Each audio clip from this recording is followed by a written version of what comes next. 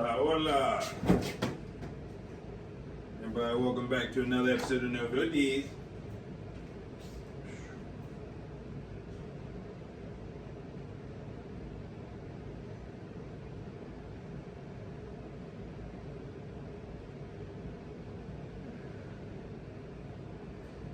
Thank you for your patience. I just got out the shower, so. Oh, baby Jays, how's everybody doing? Yes, my hair is definitely what it is. Well, let's just get a quick download in. The early bird gets the worm, right? What's up, Elizabeth Carson? I probably know you out there grounding right now, too. Everybody's trying to beat me to the punch and shit, it seems like. So I just do it around 3 if I can, if I catch it. All right. While I was in the shower, doing some strange things to my shower head. I was leaking, so I had to do some good old adjustments and fix her. Yeah, my mind's in a sick place, isn't it? Just joking with you guys. When I was in the shower, I had a download to share with you guys about how the atmosphere feels a lot different. It feels like a lot lighter out here, doesn't it? It just feels like it's been a reset, but a good reset. For instance, I don't know if I told you guys this, but I broke a family curse over Easter weekend. I remember sharing with you guys, I got up with some family and we had crabs and so forth, and spent some good quality time catching up, kicking the shit. But I didn't mention was I had some good talks with some good people. Well, this is No Filter. First and foremost, forgive me. Welcome everybody to another episode of No Filter, which is the realest show hands down. Because we have no FCC around here telling us what we can say and what we can't say, forgive me. Okay, we don't have any sponsors that say, hey, hold up, we're gonna pull back our monetary value and so forth because you said such and such that doesn't go with our agenda, you're offending our clients. We have none of those type of boundaries. Hence, we're the realest show ever. So we don't bite our tongue. We're like in your family living room. We're like at your homegirl's or your homeboy's house, and you guys are kicking this shit like you would without somebody being there, like your parents and so forth. So when I was in the shower, I was thinking about sharing about my generational curse that I broke over the past weekend. A lot of our family has communication issues. So I've been feeling like this for the last month or two, but how can I say this? My emotional response when I was getting this download a couple months ago about my family's dynamic, because we all have our issues. Every family does, right? But I was getting fed up to the point where I just wanted to say, okay, you know what? I'm tired of the vagueness. I want transparency. I'm all about honesty. What the fuck's going on, right? Like kind of have that final intervention. But something told me to reach out to some other family members, let's just say that, to express my thoughts with them first before I did the Zoe emotional response, the left shoulder tactic. And they listened to what I said to them, and they gave me some other opinions and some other advice on how I should tackle that or approach it. And honestly, I did not like their approach at first because I was still emotionally engaged with my solution that I came up with right off top. And I'm learning that just because something comes off so organically and off top doesn't mean that's a first instinct choice. If you follow me. Meaning, like, if you want to be a better person,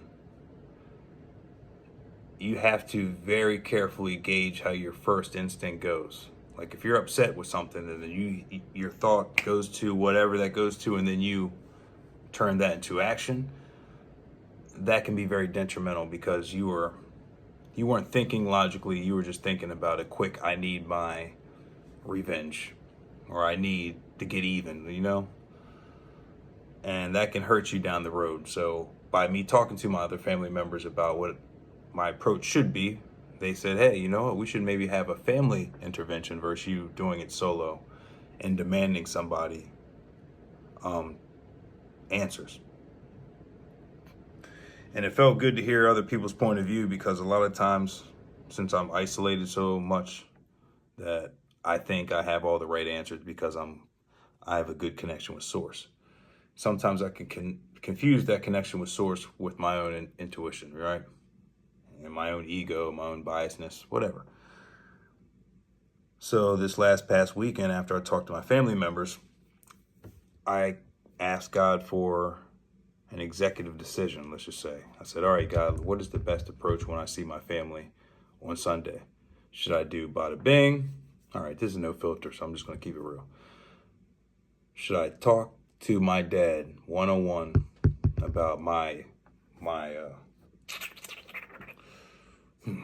this is a good test, God. This is good because you're okay. Yeah, you say you're the real show, aren't you? Yeah, I'm trying to give you guys some censorships. So I wouldn't be real with you, would I? All right, fuck the bullshit. Then let's do it. You want to do that? All right, final testes. All right, fuck it. All right, let me spark up. Let me spark up first, though. Let me build the anticipation. What is he about to say? Yeah, all right, let's do that to you guys. Why don't you guys get some snacks and go to the bathroom, take a little bathroom breakies. For you females that just like seeing my chest. Oh, yeah, that's perfect. Thank you, ladies, for all the compliments and all the emails that you've been sending me. Because I've had a lot of girls saying that they have some guys that just love working out in the parks all day, lifting up cinder blocks.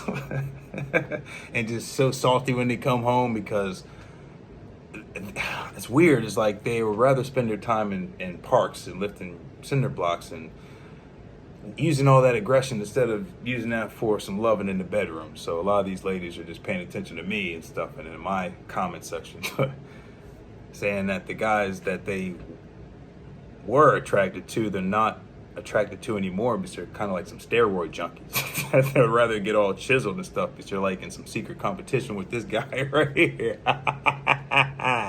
So thank you, ladies, for all those emails and compliments. I feel great. You're calling me Benjamin Button all of a sudden. I'm reversing backwards. I don't know what's going on. I do see a glow in me. I mean, I've always thought I was sexy, even when I was sleeping in that truck. I was like, shit, I'm still going to give y'all some Dusty Zoe Pursuit to, what is it called? Pursuit to Happiness stories. And when I say stories, just transparency, really. You know how many times I felt embarrassed when I was at my truck right outside the gas station, which was the safest place for me to be because I used to work at that gas station. So in the AM, Grand Rising, so I was getting up early, you know what I'm saying? I'm making sure I ain't having those little, I felt like I was in a zoo. Like when the sun came up, it was like people that was out in the park like, oh, what's going on here? And just put your heads against the window like, what's going on inside? So I made sure I got up at like 4 or 5 a.m. and went to the bathroom before people started treating that bathroom foul. And the bathroom didn't have no lock on it. So literally I had to like close the door as tight as possible and like get in front of the sink, you know, little prison shower is what we call it. You know, the gas station has little miniature shavers and shaving cream and soap and stuff. So I would just and look at myself in the mirror and just see Will Smith's face in the mirror from Pursuit to Happiness. And when he was sitting in the bathroom with his son, they're trying to sleep, he had one foot against the door just to keep people from coming in. That's how I felt many nights, but that movie got me through a lot of my situations. I was like, Zoe, you put yourself here. So it's nothing to be embarrassed about. It's just a grand reset, okay? We've been through a lot of shit. We can get through this. Come on now, right? So to say this, I was hesitant to tell you transparency about how I broke my family curse. But how would I be helpful to you guys if I didn't tell you exactly what my family curse is or was? Okay. My family was very vague and secretive, just point blank. We didn't really talk and express our emotions as much as I would like it to be.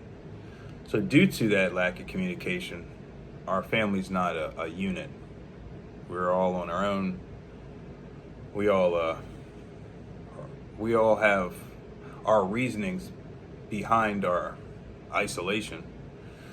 and wanting to do stuff on our own and not asking for help, all due to the fact that my dad wasn't around a lot. You know, he traveled, and it was just my mom and my uncles, aunts. Like, there was a lot of family members in and out the house to raise us. You remember the saying back in the day, it takes a village to raise a family or something like that?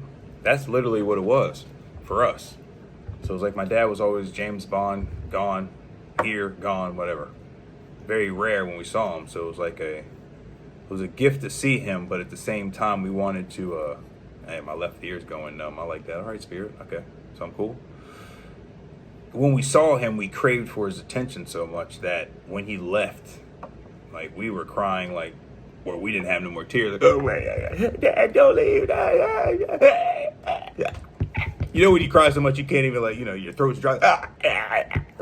We just sounded like some dry throat frogs. Took me right back when I was 7 years old.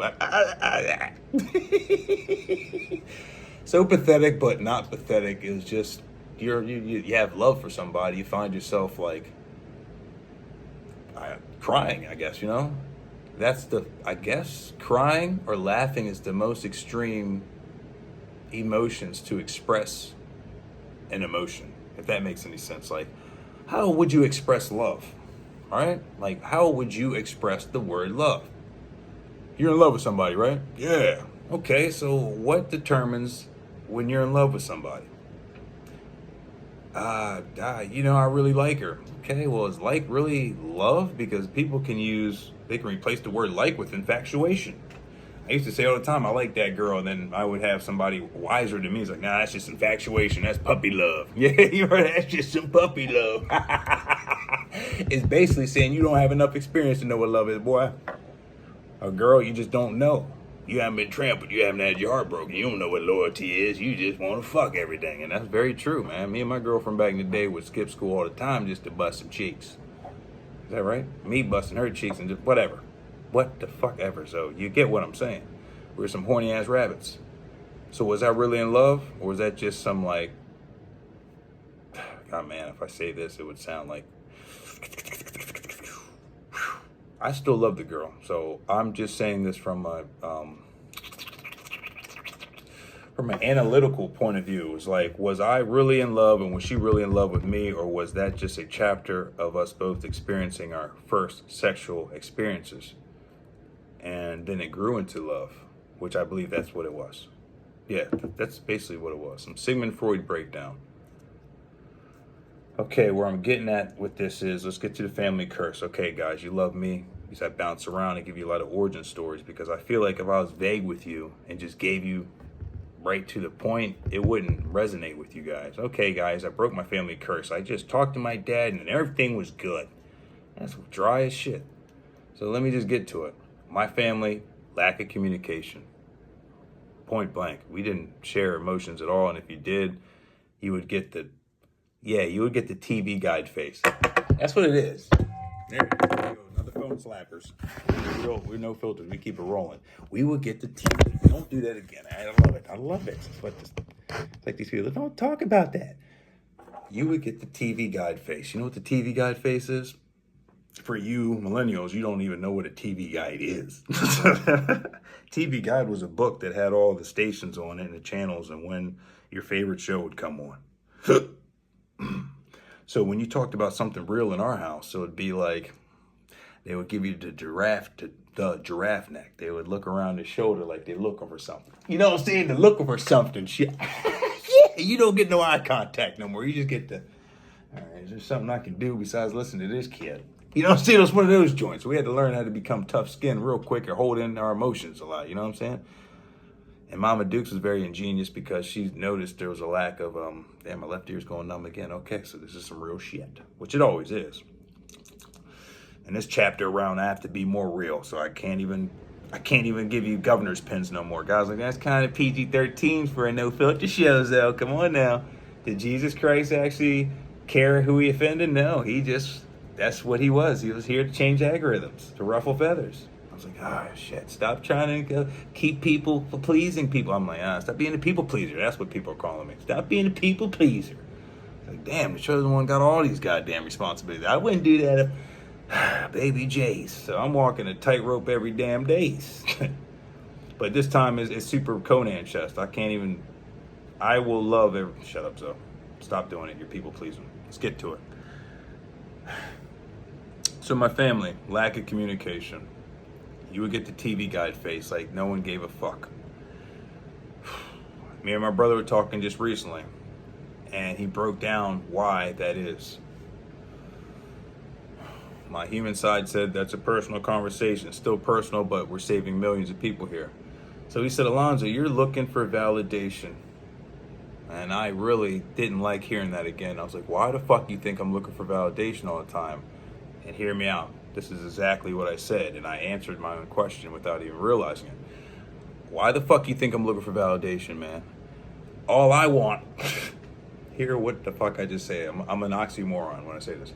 All the fuck I want, Marcus, is for you to say, hey, Zoe, you're doing a good job. Versus me hearing it from strangers. Strangers are showing me more love than my own fucking family. And then he's like, see, Zoe, you do looking for validation because our dad didn't give us the validation. And our parents, besides mom, baby Jace, was the only one that gave us validation to a degree. So we've always been externally looking for validation from somewhere. And I said, you goddamn right. Ass, you're right. It was like a microphone dropper of sexual chocolate. That boy good. So when he said that to me, I was like, fuck. So he's like, yeah, so you're looking for validation because we didn't get it. And hence, damn, this is, okay. All right, Marcus. All right, shit. There's no filter. All right, Marcus, you're under the busters. All right, so when he said, and I'm under the bus every day, so Mark, so you and I got tire marks. That's what it is. But we're saving millions, just like we said last night. Whew, fuck, baby Jace. So he said the reason he created the music group was because he was looking for a family. And I said, fuck. He's like, yeah, Mark Alonzo, I was good at bringing people together, and I loved working with them, and that's my family. I loved it. Yeah, let's just keep it there. Yes, okay. Damn it, Zoe, your governor's pen does not make this flow organic. You're still wanting to, bada bing. Okay, guys, you got your popcorn out there. Fuck it. It is what it is, 17 minutes in. So when he said that to me, I had to dig deep within myself, past my ego, and say, is this true what Marcus is saying to me? Am I really looking for validation? Someone else said that to me a month ago, too. I was like, what the fuck, man? You're my homeboy. Shit, you told me you doing good. I'm going to say fucking right, brother. I'm not going to act like I'm busy when you tell me some good news because I know you and I been in the Spartan pit. It's like, okay, so you got your ass out of that bitch? Shit, how? I'm not going to act like I'm uninterested. It's just that's what I was telling him. I was like, you guys just seem like you're uninterested. The world's showing me that I'm the shit I should be worshipped, which I don't want to be worshipped at all, but it's just crazy how... But Marcus even called me out too. He brought up a good point. He's like, Zoe, every time an artist leaves, my ear's going numb again. Every time an artist that's doing music or whatever they are, they go out of town, out of their hometown, everyone else praises them, right? And then when they come back to their hometown, then everybody jumps on their dick, right? I was like, oh, you're right. I was like, you're right. But I was assuming in my mind, I'm like, I'm Zoe, I'm the shit. So that's the refrigerator. I'm the shit. So I know my hometown's going to say, oh, so you did it yet? No, it's not like that at all. It's like not like that at all. So I'm sitting there, I'm puffy chested even more, but I'm not getting that same reciprocation back from people I thought would be riding for me. So I'm like, it's a reality check that I need to accept and say, okay, all right, bad. There's some hater McGators out here. See, there's some hater McGators. So I got to accept that because in my heart, I gotta ask myself, have I ever been hating on somebody? I'm like, you damn right. I saw people coming up and I'll be mad as shit. I'm like, man, what the fuck am I doing wrong? And this kid's coming up and got pictures of them on jet skis and shit, got banging ass women and no one's paying attention. I was a salty McCracky, whatever you want to call it. I was salty McGalties. Saltine crackers. That's what I was about to say. I was salty. And I thought I was justified for my saltiness, which in a way I was, because that's how the system puts us against each other. And I don't want to break that down on this video. This video is about breaking generational curses. My family is shitty with communication. It's like, you better tighten up your bootstraps type of shit. You a bitch? You better take care of your shit. That type of shit, right? So I had to eat that up a lot. So I'm still eating it up now, some PTSD shit. And I'm like, damn, Marcus, you absolutely fucking correct. But I had to pass my ego. I didn't want to hear that shit. I didn't want to accept the fact I'm looking for validation from people. But I damn right I am. It's what it is. I am. I'm like, I want someone to say, man, you're doing a good job. You know how good that feels just to say that to yourself? If you're role playing, imagine someone else saying, Susan, you're doing a good job. Tanya, you're doing a great job. Michael, you're doing a great job. Just saying that makes me feel good, right? That's what's wrong with this world. We don't give enough props to people. Like, we really don't. It's like, it's a dog eats dog world. Okay, you coming up with, and that means I'm mad because you got out of the rat race before I did. It's kind of like, it's a silent competitive race. It's like, I need to get out of this first. Versus like being reciprocal. Okay, let me see it. That's the wrong word. Being reciprocal is right, but let me say it like this. Versus showing congratulations towards everybody that shows improvement, because that causes a chain reaction for the next person in line to come up. Because then they notice when you're coming up closer to victory, you getting support even more. It's like you're getting cheered on. Yeah, Tommy, yeah, you almost at the finish line. Fucking right. You know, it's like after you get past the 36th round or 36th stage, whatever you want to define it as this is just a hypothetical example of how we should cheer each other on and champion each other on versus like, you made it, fuck you, man. And then you quietly say that shit. And then you show that person you're not happy, and that person knows that you're not happy for them. It's like, what the fuck did I do for that? Damn. So it seems like when I get successful, I get hate. And it's like that, how the system's built. It's sad reality, but once you become like self-sufficient, people show their true colors even more. Because the system made us hungry for the dollar more than hungry for the love. You know what I mean? It's a survival game. You got bills piling up, so it's kind of like fuck emotions. See, that's exactly how the system's built. Fuck emotions, brother. I got X, Y, Z. I got kids. I got daycare. I got college fund, right? Okay, then. It's microphone droppers. So, with all that said, I'm 43 years young, and I'm tired of what I'm seeing in the world. I'm tired of people walking over homeless people, lack of better words. People in dire situations. We're desensitized. We're seeing so much death and murder on TV and shit. When we see that in front of us now, our brains really doesn't process what the fuck we're seeing. And it's sad. I'm at a stage now that when I see some violence, it really makes me sick in my stomach, because it brings me back to a point where I used to watch that in excitement. Because I used to be the violent guy. Used to love seeing movies with heads blowing up and shit. My brother's like, what's up? Why are you pausing and rewinding that shit? What the fuck's wrong with you? I was one of those guys, and it's like blood, that shit. Like when the Mortal Kombat games came out back in the day, I was mad as shit that Super Nintendo had sweat versus blood. You get what I'm saying? Like, a lot of kids wanted the Sega Genesis version. Hear me out when I'm saying this. A lot of kids didn't buy the version for Super Nintendo because it didn't have blood in it. Do you hear what I'm saying? That's sick. Nah, man. It ain't cool. It don't have blood. So we're programmed to see blood, which is our life force, come out of another person that's alive for entertainment. That's sick. Right? That may get some people, may not. And if it doesn't get people, then that validates my point even more. That's true indoctrination. We've seen so much killing and bada bing, bada boom that is normal to us. Me and my ex-girlfriend used to binge watch. And a lot of people are gonna love that. No, I hate to say that like that, but you're gonna love what I say because you're gonna probably relate to it, and you probably currently still do this. We used to binge watch the fuck out of like murder mysteries. You know what I mean? Like yeah, you know, on the Netflix. Oh, did the husband push the woman down or his wife down the steps? He's innocent now. Let's do a documentary. Like all that type of shit. You know what I mean? We're sitting at home like, okay, it's like a game of Clue.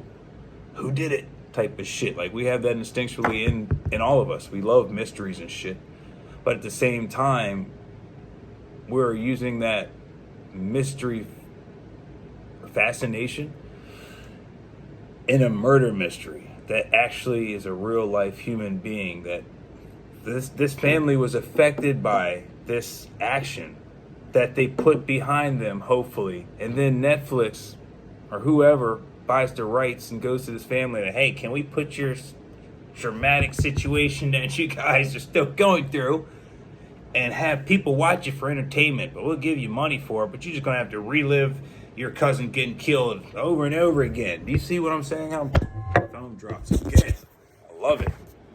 You see how sick this is right now? And we're sitting back with Papa, I can't wait to go home and watch that murder documentary, or whatever the case is. And we're not thinking about, this is what desensitized or dehumanized, if I'm saying that right, or desensitized. We don't have no more emotions. Our senses are nulled. That we're not even taking in consideration the person's family that went through this shit. And then we're in the supermarkets talking while we're buying our food. Hey man, you gonna go home and watch the murder mystery of such and such? Not even thinking about their 6 degrees of separation with everything, right? I'm breaking this down to the T so you can think about how sick this is. You say that in the supermarket to somebody that you know probably watches it, or just striking conversation in the cashier line, not knowing the fourth person behind you is actually related to the person that you're talking about that documentary. Man, they're sitting there quiet as shit. Like, heart probably pumping, that wants to either do a few things. Cry, break down, or probably bada bings your ass for you talking about it like it's a fucking family, it's like an episode of Family Guy. Can't wait till 7 o'clock on Wednesday to catch the... I was one of those people not thinking about the people that were affected by it. All I was thinking about was the excitement of being Sherlock Holmes and wanting to solve that documentary, because we twisted in our minds thinking, are you going to get to the point of breaking generational curses? I will, but this is an origin story to help us think how we think currently as a society so we can stop that train of thought. So instead of being a Sherlock Holmes and wanting to be excitement, damn it, I kind of lost track, but I'm going to get back on it. Instead of me being excited and wanting to use my energy towards a documentary that actually was real, I could be using that energy towards something else. I kind of lost my download, but that's basically the gist of it, is how sick of a society we are that we don't think about the tragicness that happens until it happens to our own family. Yeah, like I was talking about 6 degrees of separation, you wouldn't know until it hits home, right? Like if you had a tragic situation happen in your family and for some strange reason it happened to land on Netflix or something, first and foremost, that brings up that wound. And man, this fucking phone, man. Are you saying Spirit to shut up with this and get to it? I think you are. Okay then. Bada bing. That shows the current climate we're in now. We're looking at the wrong thing for entertainment. So this is how I broke my family's generational curse. For years, we've been seeing the same patterns. If you get upset, we don't talk about it. We isolate. We either drink, do drugs, whatever the case is, to cover up the trauma. Okay. Hence, I was overdoing smoking, chilling with people that were in similar situations, and you already know my path from there. The only drug I do, which I don't even like calling it a drug, smoking marijuana. And if you know the origin of marijuana, even the government knew this was a medicine, and they had this legalized back in the early 1920s and so forth, until they got, I hate to use this word, but it is what it is, until they basically were racist and they didn't want the Spanish people coming in the United States with marijuana, so they came up with the loophole and they said, you know what, we're going to create some stamps to put on the marijuana. So if you don't have a stamp and you don't pay us a tax, then we're going to deem it illegal, right? Yeah, we're going to deem it illegal. And then shortly after that, they started classifying drugs as this is a Schedule A drug. You know what I'm saying? It's like back in the day, drugs was literally like, it wasn't bad. Okay, people would sell you drugs all the time. Doctors would give you drugs. So if you know the origin of shit, it's crazy. All right. So how I broke my generational curse was I had to get the balls like Luke Skywalker did and say, okay, even though he went against, let me slow down. Are you guys Star Wars fans? 90% of you people are. I'm gonna get a sip of water before I break this analogy down. It's 30 minutes in and I'm probably gonna wrap up after this. The analogy of Star Wars was Luke Skywalker was on a farm, living a quiet life. Unbeknownst to Luke Skywalker, he was royalty, okay? He came from a family of warriors, let's just say that. He was put on that farm. A family adopted him, and their mission was to keep Luke Skywalker a farmer and in the dark from his true cosmic destiny. Luke Skywalker had a sister named Princess Leia, and they were separated at birth. They went to different planets. Princess Leia actually ended up in a royalty family, okay, with the senators. Luke Skywalker ended up on Tatooine with some farmers. Okay, you see where I'm getting at? Obi-Wan lived on Tatooine to keep an eye, which is so biblical. He was the watcher over Luke Skywalker. Luke Skywalker. He wanted to make sure Luke would stay obedient and just stay a farmer. But if Luke showed any signs of inquisitiveness, of wanting to travel in space, then he knew he had to get out of Obi-Wan's cave and train Luke Skywalker to be a Jedi, because it's cosmically, it was cosmically written. Because Darth Vader is Luke Skywalker's father, but Luke has no idea about Darth Vader being his father. He's just heard about Darth Vader and the Empire causing havoc and destroying planets. They're just going to place, and they say, you get down or lay down. Some Beanie Siegel shit, paid in full shit, okay? Bet. That's who Darth Vader was. So, when Obi saw Luke Skywalker wanting to join the military fleet with his friend, I think his name was Dax. He was joining the flight squads, kind of like Tom Cruise and Top Gun shit, just to give you an analogy what's going on here. Luke Skywalker wanted to join the rebels and fly and fight the Empire. So Obi-Wan was like, oh shit. And even Luke Skywalker's parents, or uncle, started raising their eyebrows like, oh shit, man. So they did everything they could to keep Luke on the ground. One day Luke went wandering off, stumbled into Obi-Wan. Obi-Wan basically tells him, hey, I knew your father. My father? Yes, his name was Anakin. But he got killed by somebody named Darth Vader. See how Obi-Wan told him that story?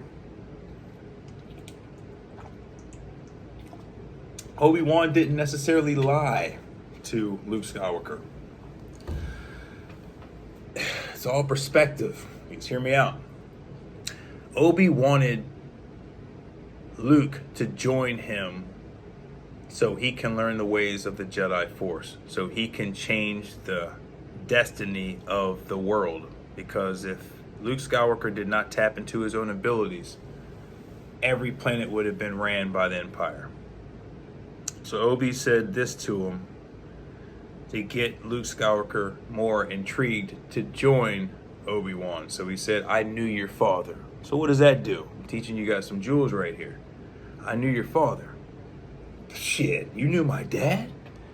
Yeah, I knew him. A lot of stories I'm going to tell you, but I can talk to you more about that if you just take this trip with me. You know what I'm saying? You see that? He's feeding him. He's like, I know about your dad, but I gotta go. I'm like, got 20 minutes. You know what I'm saying? He's just using his inquisitiveness to get him to join him. That's eventually what happened. He said, I knew your father Anakin, but he was killed by Darth Vader. Darth Vader is Anakin. See? So he basically said, your father was good at one point, but then the evil took over the good guy I knew as Anakin. So if you know the movie now, you know the story. By the second movie, Darth Vader and him were dueling. Luke Skywalker and Darth Vader. Luke Skywalker had the best of them, right? But yeah, he had the best of them. And then Darth Vader hit him with this joint. He hit him with the, oh my God. He hit him with the most emotional fucking Jedi mind trick ever. When Luke was about to kill him and cut off, what happened? Was that? Yes, I'm talking about the right movie, yeah. When Luke Skywalker was about to kill Darth Vader and, no, never mind, I'm mixing movies then. Okay, bet, I am. So the second movie, they're getting busy, right? But Luke Skywalker couldn't handle his own father yet. And Darth Vader cut off his own son's hand. And Luke Skywalker's just crawling away. Oh shit, I'm about. He knew he was Dunsky, yo. If Darth Vader wanted to murk that cat, all he had to do was just levitate that lightsaber right in his son's gut. But he didn't. He had compassion. He was just slow stepping towards his son. His son was withdrawing on that shit, yeah. Y'all know the movie. He had his hand tucked under his own arm. Oh shit, I'm Dunsky's. Because even Yoda said, don't go. He said, don't go. But he had to go to Cloud City because he had a heart. I got to protect my friends. Han Solo and Leia and Chewie and C-3PO and fucking the droid. Goddamn what's his name? R2-D2. So that showed heart in Luke because he was still in training. And Obi-Wan took him to see Yoda because he's like, oh, you want to be a Jedi? You better fucking learn from Yoda before you even see Darth Vader. You ain't nothing. These two. Darth Vader, you just a bag of chips. And that's what he was, just a bag of chips. All right, but he had heart and balls. So Darth Vader was playing with him a little bit. He was fighting with him. That's when you know Darth Vader was nasty. He was fighting his son with one hand. Like, you nasty little boy, but you don't know this trick. Hey, cut his own hand off. So guess what he said to his son when he knew he could have finished him? He said, son, you know what Obi didn't tell you? Until the Mandela effect fucked this line up, so I may butcher it a little bit. He said it. He said, Obi didn't tell you about your father. And then Luke was like, my father's dead. He said, and Darth Vader said, no. You know, one of the best lines right here, he said, oh no, Luke, I'm your father. Fucked everybody up in that theater. Son said, what? The first movie, Obi said that Anakin got killed by you. Yeah, he did. I killed that left shoulder guy. Now it's all right shoulder. It was all right shoulder with Darth Vader, son. I don't know nothing about good in this bitch. Palpatine said I could bring my weight back, but she died. And now I have nothing but resentment for this world. So I'm going to take out everybody since I lost my Palpatine, or my Padawan. What's her name was? You know, it's not Padawan, because that's what a rookie is before they become a Jedi. Padme. That's what her name was, Padme. So he lost the love of his life, and then he just went on a killing mission. So where I'm getting at, in the third movie, Luke Skywalker and them battle again after he finds out that that's my father. I'm gonna save my dad. Fuck that. I sense good in him. That's another thing, you know. So he went on a mission against everybody. Shit. He's like, all right, you gonna go against Darth Vader? You better be ready to get that saber right in your gut. So Luke said, I'm gonna go in that bitch and okie doke the whole thing. So they get busy, right? And then Darth Vader throws another nasty trick at him. Like, all right, now Luke knows he got his hand cut off, so now he got a metal bitch. So Darth Vader knows he's about to be ding ding, so he throws this low below the belt joint. He's like, Luke, you don't know this either. He already hit him in the second movie with Obi, but he's like, you don't even know you got a sister. He had to deal with the dirty Princess Leia. So fucking Luke said, what? And dropped his fucking saber. And instead of Darth Vader beheading that cat, he's like, I'm just going to let that soak in. And Luke's hid. That's what he did. He hid. So after Darth Vader was shown on the message, like, you got a sister. I sense it. Because that's what it was. Luke Skywalker was hiding the fact that he had a sister, because Jedis can read each other's mind, and so can the Sith. So when they're fighting, a Jedi is not supposed to have any emotions attached, because if you have emotions attached, the dark side can use that against you. Oh, you got a love? Oh, well, I'm gonna go to her tonight. Then you get all off your training. You fight off rage versus balance. So Darth Vader told him, oh, I sent your sister. You got a sister? Oh, okay, Leia, right? And then Luke went ham. Fuck that, I'm doing. And cut off Darth Vader's hand. About to kill Darth Vader, but then he remembered, I'm here to save my father. Then Palpatine fucking pops out of his chair because he's watching the whole duel. I don't need to get too detailed, but you guys know Star Wars by now. So Palpatine wanted to see son and father fight.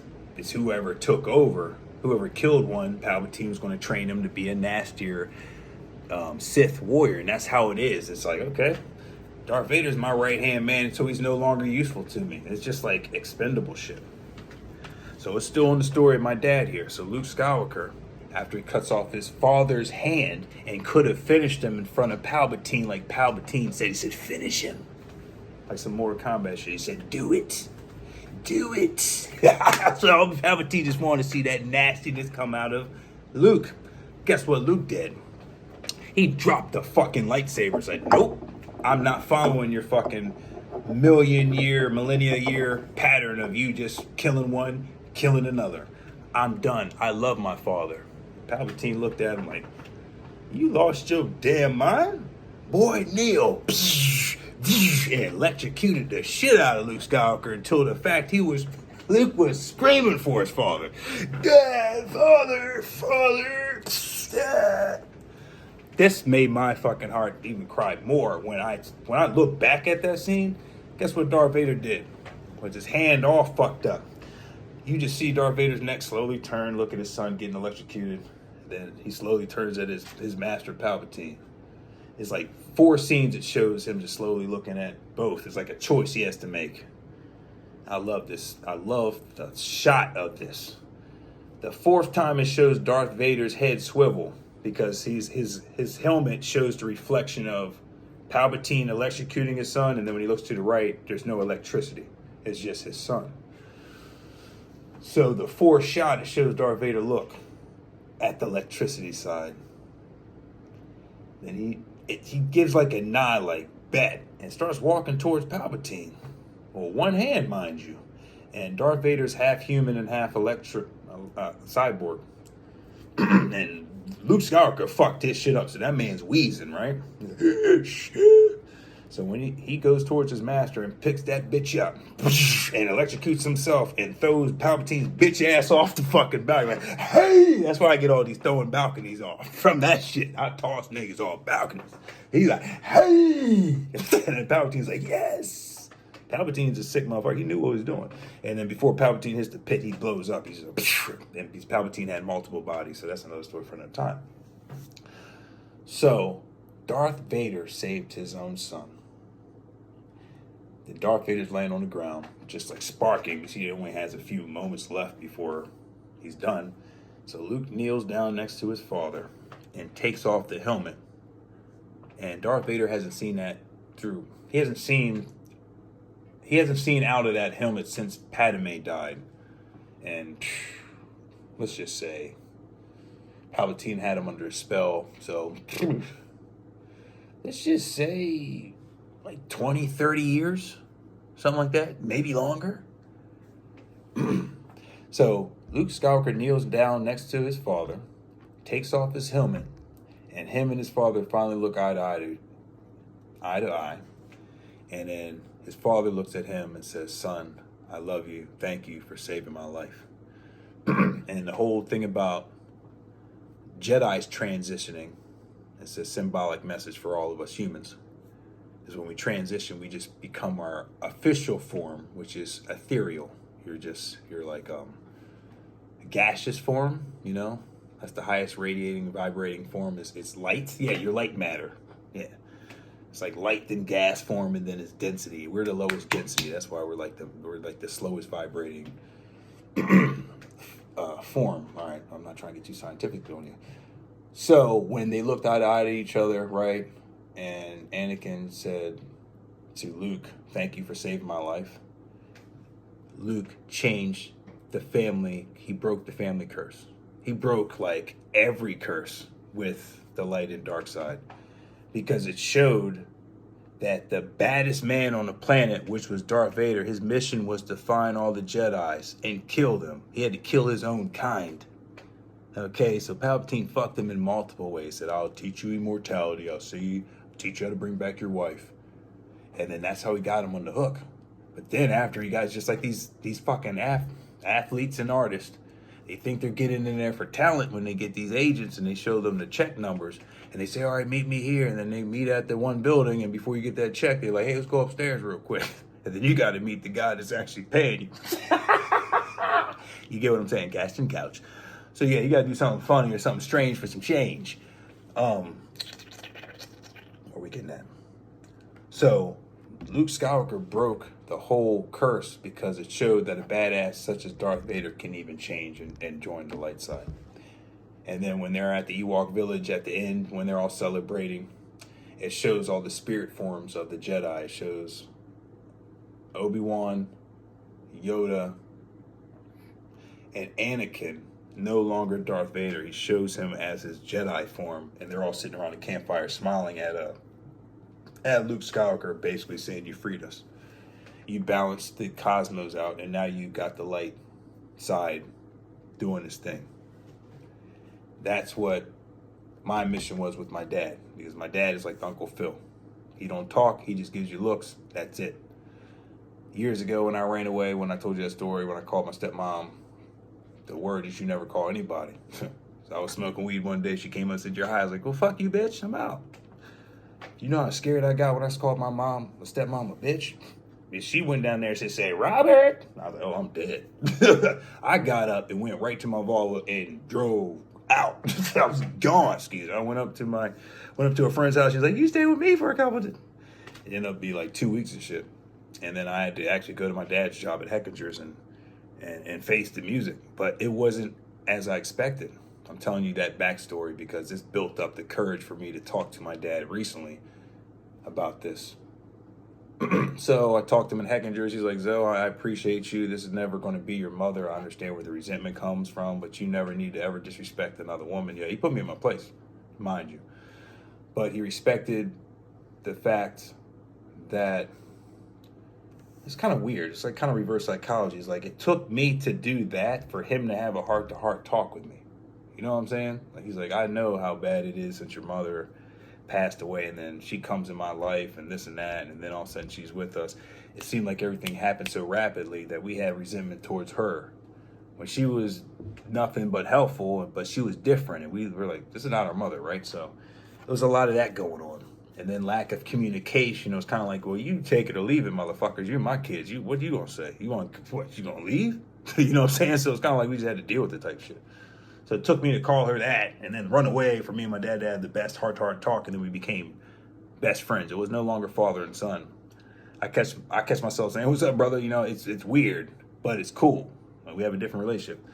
So me and God's been talking, and God said, "Yo, if you're tired of this algorithm, just talk to your dad one-on-one and just be real with the brother. And just say, hey, you know what? It's kind of like a president giving prisoners pardons." You know what I'm saying? It's kind of like I was going to that level. I was like, "Okay, Dad, I know where you're at, and if you want to transition with the light soul, you and I are going to talk." That's how I had the vision. I was going to go there, slam Zoe, left shoulder, not thinking about all the sacrifices he did to have me here to talk to him. You know what I'm saying? So I was going to emotionally fuck up that until I had a great rest, and God said, "This is how you're going to do it. You're going to do it, bada bings, bada bings." And I have to keep it bada bings out of the respect of the family. That's the only thing I'll be vague about. Is my approach.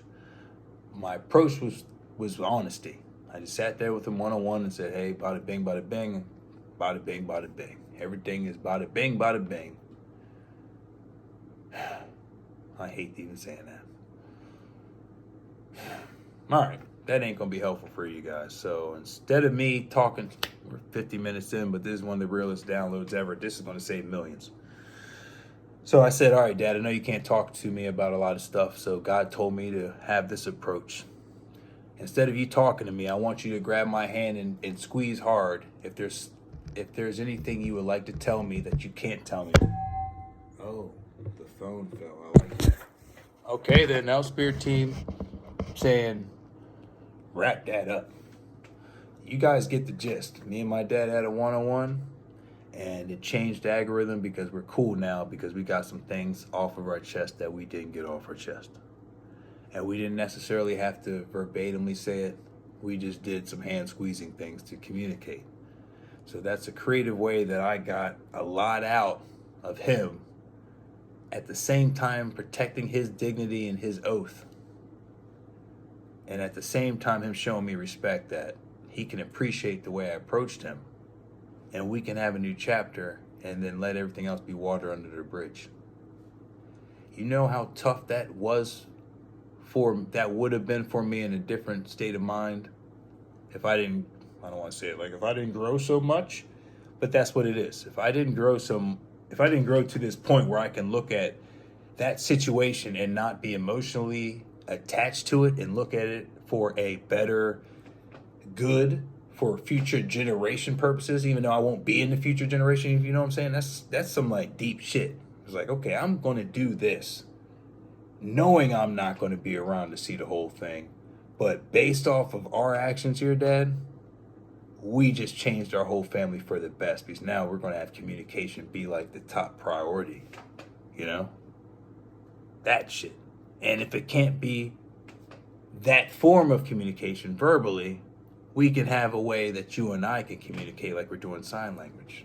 But we're saying the same thing and we still both respect each other. We just have to figure out a playing ground, a leveling ground. You know what I'm trying to say. Like we need to find a ground level where we both can operate, where we both can keep our dignity and we won't feel like we're disrespecting one another, depending on if you have a job that you can't talk much about and so forth. Man, I didn't expect to go all the way there, but it felt so great after we had that talk because me and my family were sitting there eating crabs. The sun came out brighter. Everyone was just fucking like, the tension was gone. And the next day I had 3 or 4 texts from everybody. That was the funnest day and shit. And I was like, damn, these guys normally don't communicate like that. And it was a new fucking fresh start. It felt like the Matrix movie, the last one where like the Oracle and somebody was sitting on the bench at the very end of the movie, and then the sun came up, and then the butterflies and birds were chirping. It was just a new atmosphere. The red hue, the red hue in the background disappeared, and it was just signifying that the evil darkness has eradicated from this realm, and now it's pure light. I ain't bullshitting you, dog. It was like a Walt Disney Fantasia movie that Sunday, dog. After I did the toughest in my... Yeah, that was like the toughest thing that I wanted to do, but I was so excited to do it because I wanted to get it over with. I was like, okay, let me get to the house. I just want to get this over with. And it worked out beautifully, and I had to pray on that. So with that download, a lot of us are our own prisoners of making progress because we have tough decisions, right?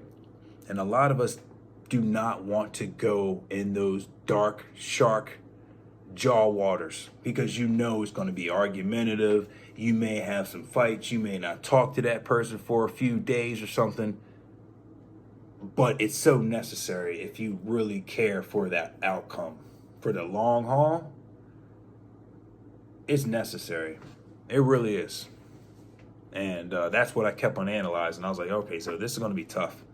I'm glad I had brothers and shit to talk to him about, because if I went at it the way I was going to go at it, that man probably would have had a heart attack. No joke. The way I was thinking about it, I was like, man, fuck this shit. I'm tired of the lies. Doom, boom, boom, boom. What is it? It's like I was giving that man an ultimatum. This is fucking terrible. And when I heard myself through other people, it hits different when someone else tells you it. I got out of my own ass and my own emotions. Like, fuck, that is kind of foul. And then they're like, yeah, you boom, boom, boom. And they're pointing out the shit he's done for me. And I was like, fuck, man, I was so emotionally tied into this. I didn't even think about all this shit that I should have thought about first, right? And a lot of us are like this. So hopefully I know this resonates with a lot of us. Yeah, it's true. I got an aunt that drinks a lot right now, and I could have said something to her, but I don't want her slapping a bitch. Shit. I would rather her try to slap me a few times and save her life from going in that same car, and she's just getting lucky enough to make it home. And I know she could have just been 2 inches away from driving into a rail or something. You know what I'm saying? Like, we know family members and friends like that are like functional alcoholics and shit. And in the back of her mind, like, oh, that's just Uncle Ted.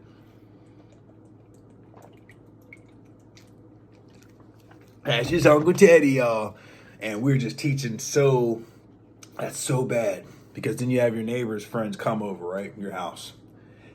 And they hear your mom say, that's just Uncle Ted. And the little kid doesn't know what he's hearing or seeing right there. It's just like, it's those subconscious lessons we need to be more conscious of.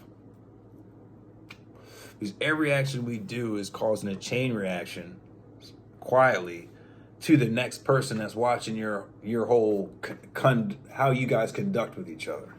You're quietly teaching people, okay, well, this is how the Hazes do it. They're argumentative. Yeah, all right. I thought I was going too long, Spirit. Confirmation bitches. Here's how the Hazes do it. They just don't talk, or they just smoke, or they drink, they do whatever. But that's real on the battlefield. So I was just sitting home, since I live by myself, I'm just analyzing more of it. I'm like, do I really want to continue this chapter? I could do something, but I don't want to ruffle feathers. I was like, fuck that ruffling feathers shit. He said, I'm teaching my kids, if I ever have kids. This is the way to handle it. How did you do it, Dad? Well, I didn't do it. What do you mean? I just didn't talk to him. I just kept on going on with my life. Sound familiar? I didn't do shit. I just kept on doing my life. I said, fuck them, and I just went on my own path. You know how many people you know that says, I just said, fuck my family and dipped?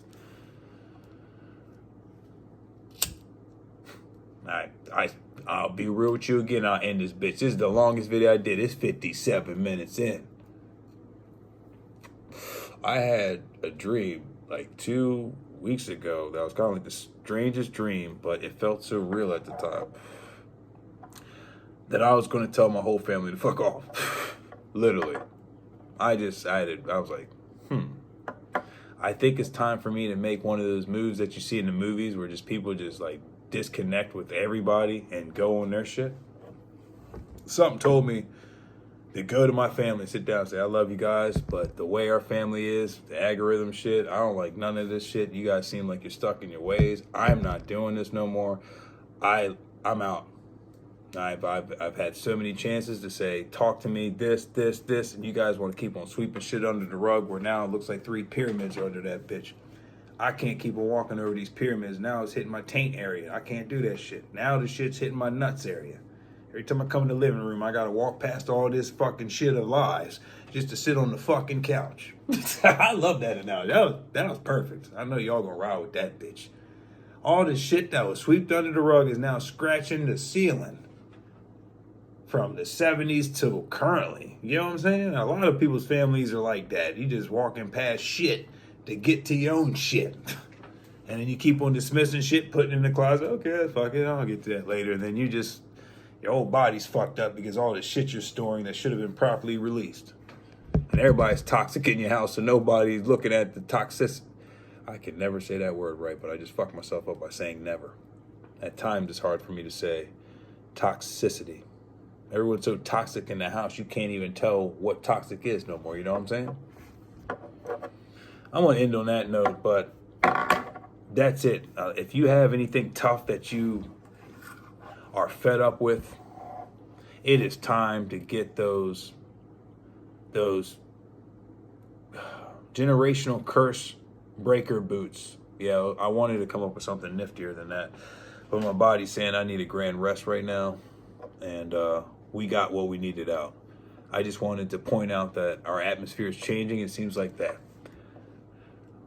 Like I'm having, so you should end this now, but I'm having more like birds follow me now, bees. It just seems like the animals are loving me more now. I just weird, man. Seems like nature's connecting with me on another level. The sky's looking brighter. It looks like the days in the 80s when I was going outside playing and shit. I'm getting worn out. So I love each and every one of you. The early bird gets the worm. Thank you, God and Spirit team, for allowing this message to get out here. Let's end with the daily bread that I'm going to pull out of my ass right now because I don't have the book in front of me. So, like I said earlier yesterday, let's set our intentions for the day. So, my intention for the collective is I would like us to get up today, go in the mirror, your first mirror that you see, and sit down with no makeup, nothing, and look at your reflection and say, you know what? I love this person right here. You know why? And give yourself, name 5 reasons why you love yourself. Actually, give yourself 5 reasons why this is ill. This is so ill, it's going to hit you in your gut. Give yourself 5 reasons why you deserve to be looking at your reflection today. That's tough. That's a good one. That's even for me right there. I'm going to do it in front of you guys. 5 reasons I deserve to be looking at you guys right now. Okay, bet. Okay, I like it. I like the own test right here. Because I ain't going to give you that assignment and, all right, guys, see you later. And then you're like, did he actually do it?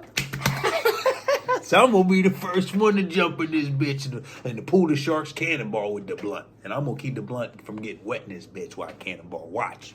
All right, the first reason I feel like I deserve to be in this bitch is because I went through hell and back, and I still believed in God. That God will get me through the bitch. Like, for real. Like, for some reason, I had a feeling in my stomach that I'm going to be all right. And I'll give you an example. This one guy that used to be my friend saw me in the truck one day, and his face was smiling ear to ear. And I felt it through the window. I was like, this motherfucker loves seeing my ass in the zoo. So I rolled down the window, and I just cut him off. I said, you know what, brother? This is the first and last time you ever going to see me in this position. I promise you by next month, and I did call it by date. I promise you by next month, I ain't going to be here. I'm going to be in my own house, boom, boom, recording, and boom, boom. And I pulled that out of my ass because I was more mad than anything when I said that to him. It was more of an ego response. And he looked at me and was like, I think he looked at me and was like, yeah, right, Joe. Yeah. People are thinking you're crazy and I'm defending you. I'm saying, you ain't crazy, dude. Yeah, and I was like, all right, yeah, all right, Dabs. All right, Dabs. Yeah, I had to say that out loud. It was pretty bad, but yeah, man, you showed your true colors. It's bad. You showed really your true colors. Fuck, and this video's supposed to end. But yeah, you showed me that day that you liked seeing me in the truck more than you liked seeing me come up. And when I came up, you showed your true colors, but you made all the excuses in the fucking world to come see your boy in his new spot. So you showed your damn true colors. I was like, bet. Where was I getting at with that story? Oh, yeah. 5 reasons why I deserve to be here. See, I was going down a rabbit hole with that one because that still ruffles my feathers. Second reason is that I can admit when I'm wrong and when I'm right daily. And I no longer have that I'm always right syndrome. You know what I mean? Like, I used to have the I'm always right syndrome, and I would always have every rebuttal in the world. And people would say, damn, Zoe, you always have something to say where you can't be wrong. And it took me a long time because I always felt like I was right. You know what I mean? I was like, nah, that's not the reason. And then I had to realize, like, no, Zoe, there's something to what people are telling you. So I have accountability in my life. That's the second reason. The third reason is that I can look at my past and literally say, I wouldn't change a thing about my past because it made me the person I am today. That's a tough one right there, because a lot of times when I wasn't where I'm at now, I would say, yeah, I would change this. I wouldn't have dated this girl, or I would have fucked her, did this and this. So like surface level shit, right? Or I would have went back in time and invested in this stock. And when I said that, I wasn't noticing that everything is a building block to make you a better person. Sometimes in our state of mind, we're just thinking about finances because subconsciously we don't know this world has been built on a capitalistic mind frame. This may be a 2-part video. It's an hour or something. I think I'm going to chop it. That's what I'll do. I'm not waiting for all this bits to load up. You'll get a 2-parter. So the system is made for us to be on the hamster wheel treadmill of life, to always chase the money because you're subconsciously keeping up with the Joneses. Okay, you live in a neighborhood, your next door neighbor's always coming home with a different car, different bicycles or something for the kids, and you feel a certain way. It's like that Rich Homie Quam song. He's like, you feel some type of way? I know you feel some type of way. Yeah, I forgot what it's called. But yeah, it's real. It's like that. Like you feel some type of way when you see some people with some shit. Like you can admit it or not. Especially if you have a wife and kids, and you see your wife always looking out the kitchen window, at Mr. Wilson's fucking new shit outside, and she's always making them sly comments in the kitchen. You see Mr. Wilson's new Mercedes?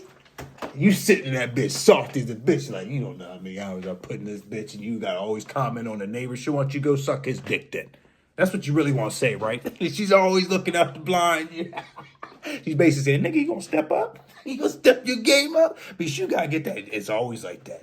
You got your woman saying you gotta step up without saying that shit. You feel some type of way. That's how the society is, brother. I'll end it on that. That's a mic dropper right there. It's like, yeah, that's true. Shit, you damn right. Especially if your woman says, yo, and she's always complimenting someone else's shit. That's why a lot of people is hating on my ass now. Now everybody's on videos like, hey, you want to work out? I got something to make you look young and shit. Everybody's trying to get the Zoe body now. Shit, yeah. I like, come on. Hey, I don't mind. I don't mind. Everybody wants to work out now.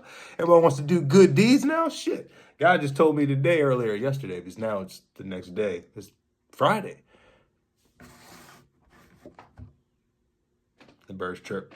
Happy Friday. This is April 25th in this bitch. I was still talking like it's Thursday, but I forgot I got the food truck tacos yesterday from my man because he works at Exxon. Yeah, it's Friday. So happy Friday. I got neighbors still probably tucked in, probably cussing my ass out right now. Never, I can't even tell you guys. That's bad. That's so bad. I was going to say some shit. There's no filters. Oh, what were you about to say? Fuck. All right, man. I got this group. Fuck it. Fuck it. I didn't even name 5 things, but I'm going to tell you the 4th thing. Yes, honesty. All right, that's all right. Cool. Fuck. All right, man. All right, I'll tell you this on the low. I got this girl upstairs, right? She don't got him, man. You already know where I'm about to go with this joint. Damn it. All right. This was earlier when I lived in this joint. Damn it, man. I got women right now looking at me like, you don't say what I think you about to say.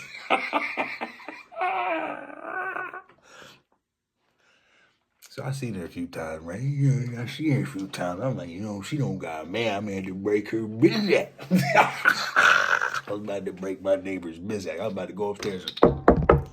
What you doing, like? You change my come downstairs. At least my truck was giving me prompts. That's why I love myself. I'm looking at the cameras like I wouldn't even tell this story, but I'm gonna keep it real with my fans. You goddamn right. That's why we the realest bitch out in this motherfucker. And I'm whispering like you guys, like it don't even. I'm whispering this motherfucker. I was gonna break her bizac if she gave me a chance, and then we would have. Yeah, man, she was about to get her back broken. That's shit. I keep it real. I saw her today when I came from my neighbor's house. She hears my TV a lot, so I see her in the hallway when she getting her mail out. I'm like, yo, is my TV too loud? She's like, at 10 o'clock I can go to sleep for work and shit. I'm like, I'm going to keep it down then. I saw her today wearing all red and shit, like the woman that read in the Matrix fucking download simulation and shit. Then she turned around, opened the door to the keys. I'm like, God, dizzy. Thank God it's going to be a part 2, but so by the time I put out part 1, you ain't going to see this part. So I'm going that's how real it is. I'm going to manipulate. No, I'm not going to manipulate shit. I'm just going to say, by the time y'all see this, you're going to be more in love with me that you're not even going to worry about this part. That's why I'm going to do it in 2 parts. Because if I did this whole video, a lot of y'all would just cancel me off the list. Oh, this nigga. I'm going to do 2 parts. That's how psychic I am. I know the algorithm is shit. Y'all going to just do so much shit by the time you get to this, it's going to be small potatoes. So yeah, that's what I was thinking about.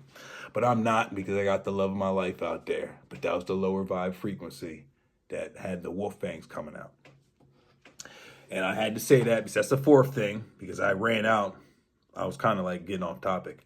So the fifth thing is that I can always keep it real with you.